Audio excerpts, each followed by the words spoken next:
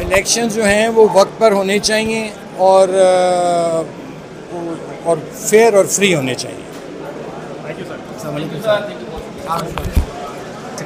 भाई बजट ये ऐसा बजट है, इससे अच्छा बजट हो ही नहीं सकता। गरीबों की तनख्वाहें बढ़ा दी हैं, सारा कोई करा दिया है, रोटी कपड़ा मकान को क्यों हो परेशान। तो हो जा मेहरबान, इंशाल्लाह सारों को पढ़ाएंगे जापान। अपनी कुव्वत अपनी जान जाग रहा है पाकिस्तान। मसला नहीं है, अदालतों का कोई मसला नहीं है। और आप ये देख लें कि इसके अलावा अगर आप कहें कि आइन टूट रहा है, आइन सिर्फ और सिर्फ गरीब की बेहतरी के लिए है। आइन में गरीब की गुर्बत ख़त्म करें, महंगाई ख़त्म करें और उसके लिए चार्टर ऑफ इकॉनमी बनाएं। और मैं इसके लिए 5 साल से कोशिश कर रहा हूं। आज जरदारी साहब ने इसे टेकअप किया है, तो ये इंशाल्लाह एक इंटरनेशनल इशू और नेशनल इशू बनेगा और इसको हम रिजॉल्व करेंगे। अरे बस अल्लाह दी कसम उनमें ये साथ एक हुकूमती अरकान पे ले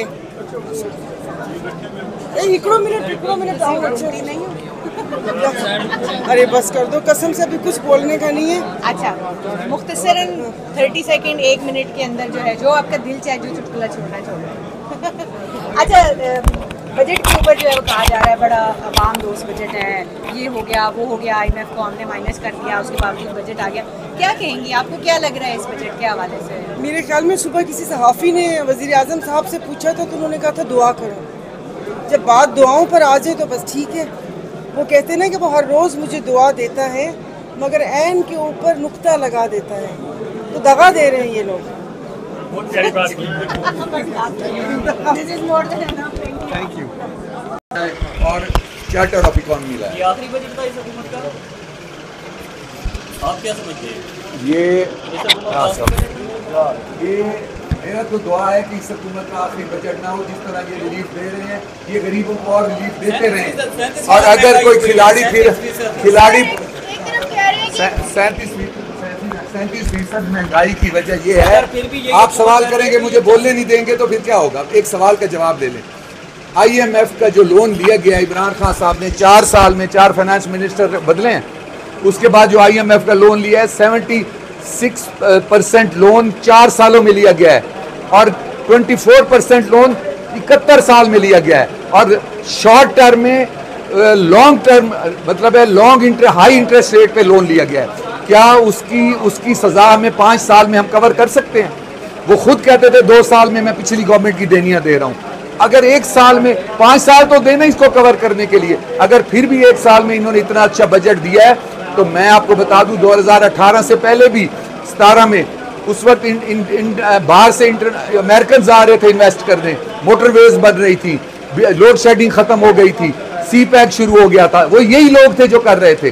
फिर मुल्क को यही बचाएंगे। मैं आपको बता दूं, मैं अपोजिशन में हूं लेकिन मैं आपको सच बता रहा हूं, अगर फिर आप खिलाड़ी के पीछे जाएंगे तो आप देख लीजिएगा ये हम लोग हैं जिन्होंने इस मुल्क को कौम को बचाया है।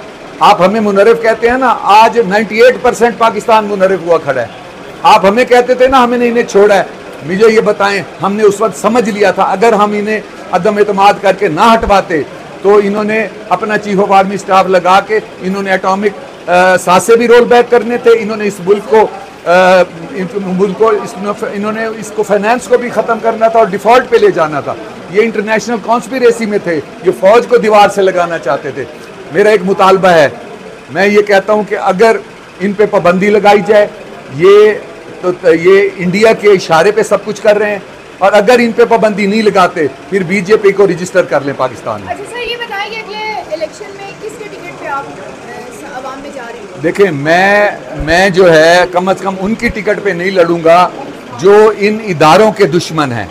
जो जब एक इलेक्शन हो रहा था लंदन में मेयर का, और यहूदियों की सपोर्ट कर रहे थे और पाकिस्तानी सादिक खान की नहीं कर रहे थे, जिन्होंने CPEC रोका था, मैं उनकी टिकट पे नहीं लड़ूंगा। मैं उनकी टिकट पे लड़ूंगा जिन्होंने मोटरवेज बनाए, जिन्होंने एटमी धमाका किया और जिन्होंने लोड शेडिंग ख़त्म की 2017 में, और जिन्होंने अब CPEC शुरू किया है, और जो इस वक्त जिन लोगों ने अभी आप देखें कि माल से बदले माल का जो एक मुआहदा हुआ है जिसमें अफ़गानिस्तान, ईरान, सऊदी अरब, पाकिस्तान माल के बदले माल कर रहे हैं, ये बहुत बड़ी एक चेंज है। आप ईरान देखें, ईरान और पाकिस्तान की सरहद के ऊपर जो मार्केटें खुल रही हैं, ये बहुत बड़ी चेंज है। ईरान का तेल जो है सस्ता लिया जा रहा है, ईरान से गैस की बात हो रही है और पाइपलाइन के लिए अमेरिका से रिक्वेस्ट की जा रही है कि हमें पाइपलाइन गैस की लगाने दें। ये काम यही हुकूमत कर सकती है, यही लोग कर सकते हैं। इसलिए मैं बजट पे खिराज तहसीन पेश करता हूँ। और जो मैंने इतने अरसे ये बात की कि 5 साल के महंगाई ख़त्म करें, आज वही बात, आज महंगाई ख़त्म चार्टर ऑफ इकॉनमी की बात जरदारी साहब ने भी की है और मैं उनका शुक्रिया अदा करता हूँ। और मैं PDM को कहता हूँ कि चार्टर ऑफ इकॉनमी और मिसाक के मुशत ले आएँ।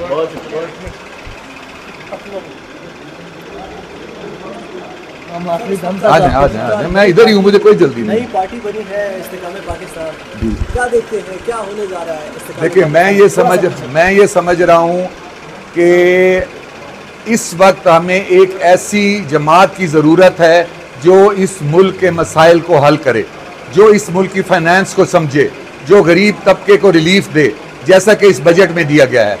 अगर नई पार्टी कोई बनी है तो आज जो नई पार्टी बनेगी उसको बनते बनते कई साल लग जाएंगे। हमारा मुल्क इस चीज़ का मुतहम्मिल नहीं हो सकता।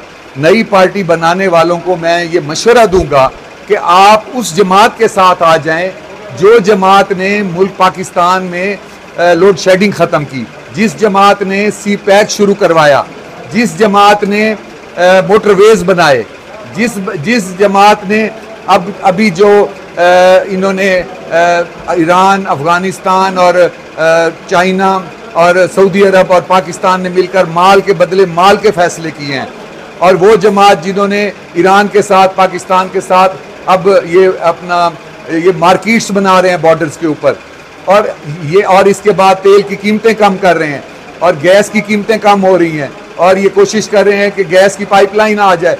जो ये काम करे मुल्क के फ़ायदे में, उसको मजबूत करना चाहिए। मैं नई जमातों को भी दावत दूंगा कि वो इनके साथ मिल के चलें, क्योंकि नया जो अब इमरान खान आया, 4 साल में 4 फाइनेंस मिनिस्टर उसने चेंज किए, हमारे यहाँ के फाइनेंस को तबाह करके रख दिया।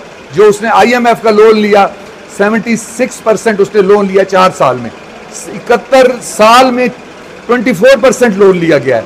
तो इस मुल्क को तबाह उसने किया है। अब एक नई पार्टी बना के नया तजर्बा करें, फिर हम मार खाएं, बस कर दें आप तजर्बे करना। मेरा मशवरा ये है कि उस पार्टी के साथ वो पार्टी मिल जाए जिसको मुहिब वतन समझे और मिलकर स्ट्रगल करे, और उस पार्टी को हमें जितवा के आगे लाना चाहिए जो मुल्क को डिलीवर करे। इमरान खान और उनकी सियासी जमात का मुस्तकबिल क्या देखते हैं? देखें, जो कुछ इन्होंने 9 मई को किया है और जिस तरह इमरान खान साहब की अपनी ट्रेनिंग थी, अपने जिसकी वजह से हमने उन्हें छोड़ा था, हम समझ गए थे कि ये मुल्क दुश्मन लोग हैं।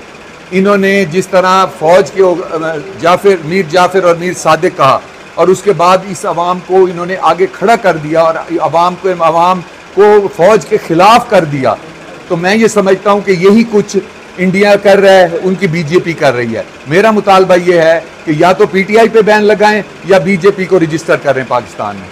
और मुझे ये बताइएगा, ये जो बजट आज पेश किया गया है, इसके अंदर ज़्यादातर सरकारी मुलाजमीन को फ़ायदा पहुंचा है, इसमें आम आवाम को कहाँ पर रिलीफ दिया गया है? सरकारी मुलाजमीन तो शायद इंडिया के सरकारी मुलाजमीन की आप बात कर रहे हैं। इंडिया के सरकारी मुलाजमीन को फ़ायदा दिया है, ये हुकूमत ही ऐसी है। इंडिया के सरकारी मुलाजमीन को फ़ायदा दिया है। सरकारी मुलाजमीन तो इंसान ही नहीं होते, उनके घर तो सोना उतरता है। सरकारी मुलाजमीन तो गरीब भी नहीं होते, उनके मसाइल भी नहीं होते, वो तो मुजाहरे भी नहीं कर रहे होते बाहर। तो लिहाजा सरकारी मुलाजमीन तो वैसे अरबपति होते हैं। तो किसी गरीब का मजाक ना उड़ाएं खुदा के लिए। आपने देखें, एक इतना अच्छा काम किया गया है कि गरीब सरकारी मुलाजमीन की तनख्वाह 35% बढ़ाई जा रही है। आप शाबाश नहीं दे सकते, कम अज़ कम लानत तो ना दें।